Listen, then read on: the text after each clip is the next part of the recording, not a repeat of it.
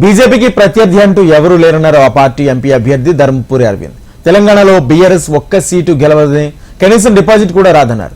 Jagtial MLC T Jeevan Reddy viral అవుతున్న వీడియోలను చూస్తే రోహింగ్యాలకు అభ్యర్థిగా కనిపిస్తున్నాడన్నారు. తాను మాత్రం మోడీ సైనికుడిగా వస్తున్నానని తెలిపారు. దగ్గర కాంపిటీషన్ అన్నది వాళ్ళ నరేంద్ర మోడీ గారికి ఈ దేశంలో లేదు, ఇందోర్లో కూడా భారతీయ జనతా పార్టీకి మేజర్ కాంపిటీషన్ ఏమీ లేదు. రెండో స్థానంలో కాంగ్రెస్ పార్టీ. కాంగ్రెస్ అభ్యర్థి పెద్దలు జీవన్ రెడ్డి గారు.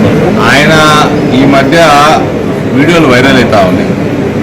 ఆ వీడియోలు వింటే ఏ రకంగా ఉందంటే, జీవన్ రెడ్డి గారు రోహింగ్యాలకి బంగ్లాదేశ్ నుంచి వచ్చిన ఇల్లీగల్ ముస్లింలకి అభ్యర్థిగా ఆయన ఉన్నట్టు కనబడతా ఉంది. ఆయననేమో బంగ్లాదేశ్ ముస్లింలు రోహింగ్యాలకి రిప్రజెంటేటివ్గా ఆయన వస్తున్నాడు, మోదీ గారి సైనికుడుగా నేను వస్తున్నా. భారతీయులకి, భారతదేశంలో ఉన్న హిందువులకి, అందరూ భారతీయుల కోసం మేము అభ్యర్థిగా ఉన్నాము.